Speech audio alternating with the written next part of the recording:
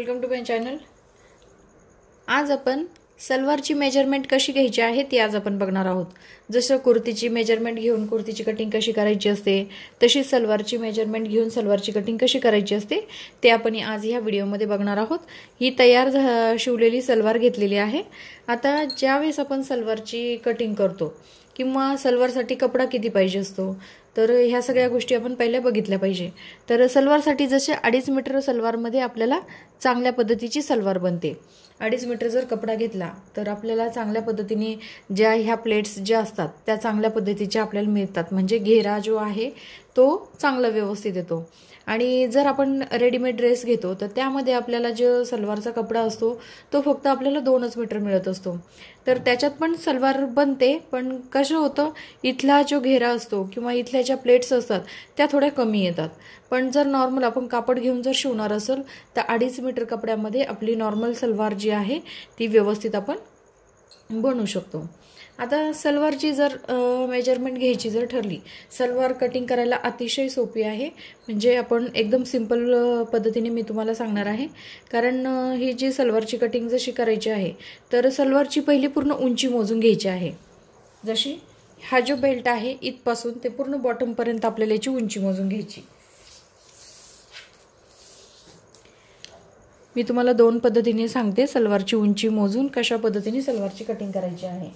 तर ही जी पूर्ण उंची मोजणार आहोत, ही पूर्ण उंची आहे आपली 40 इंच।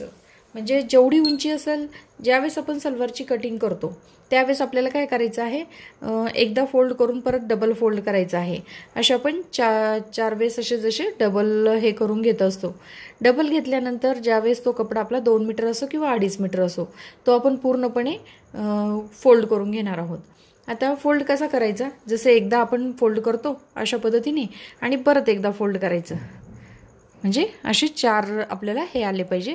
अशा पद्धतीने आपण त्या कपड्याचे फोल्ड करायचे आहे। त्यानंतर आपल्याला ही पूर्ण उंची मोजायची आहे। जशी आपण ही पूर्ण उंची घेतलेली आहे 40 इंच। आता पूर्ण उंची ज्यावेळेस 40 इंच घेतो त्यामधून आपल्याला 5 इंच वजा करायचे आहे। 5 इंच का वजा करायचे, कारण हा बेल्ट जो आहे तो आपण दुसऱ्या कपड्यावर म्हणजे त्याच कपड्यामध्ये दुसरा काढणार आहोत। हा जो घेरा आहे हा आपण इथे काढणार आहोत। तर इथे काय करायचं आहे, जशी 40 इंच उंची आहे तर त्यातून 5 इंच वजा करायचे आहे आणि 35 इंच आपल्याला ही उंची घ्यायची आहे।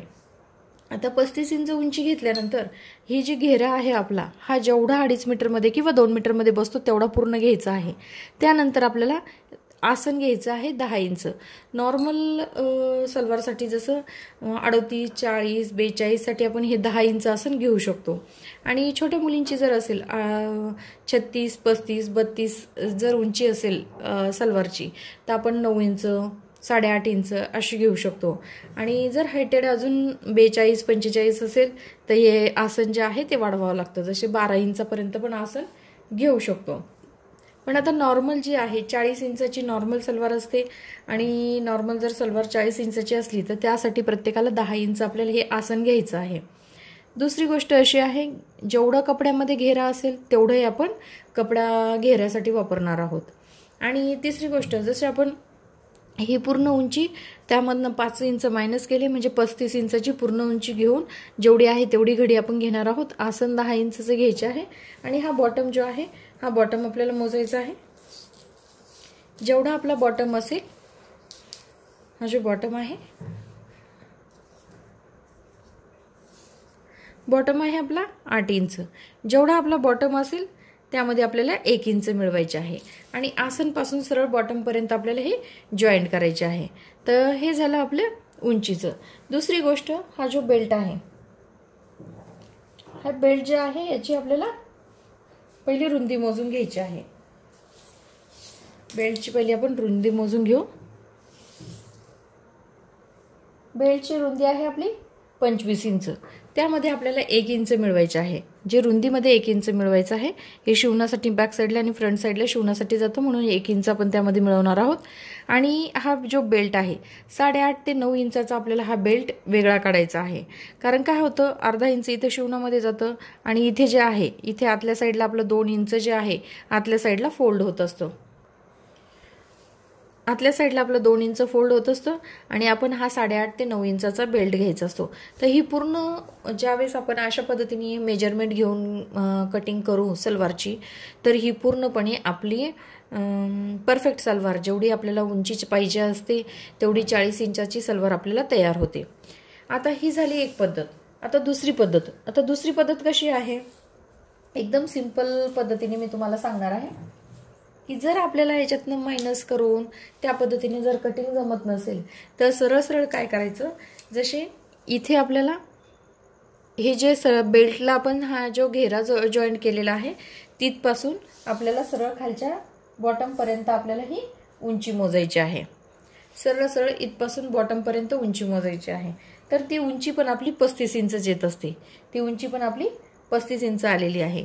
आता जर 35 इंच याची उंची जर आलेली आहे आणि 9 इंचाचा जर वरती बेल्ट तुम्ही काढला 9 इंचाचा, जशी 35 इंचाची उंची घेतलेली इथपासून या घेऱ्यापासून जेवढी पण आपली उंची असेल, आणि घेताना कुठून घ्यायचं, थोडंसं अर्धा इंच आपलं शिलाईमध्ये जातं, ते सुद्धा आपल्याला याच्यामध्ये मोजायचं आहे.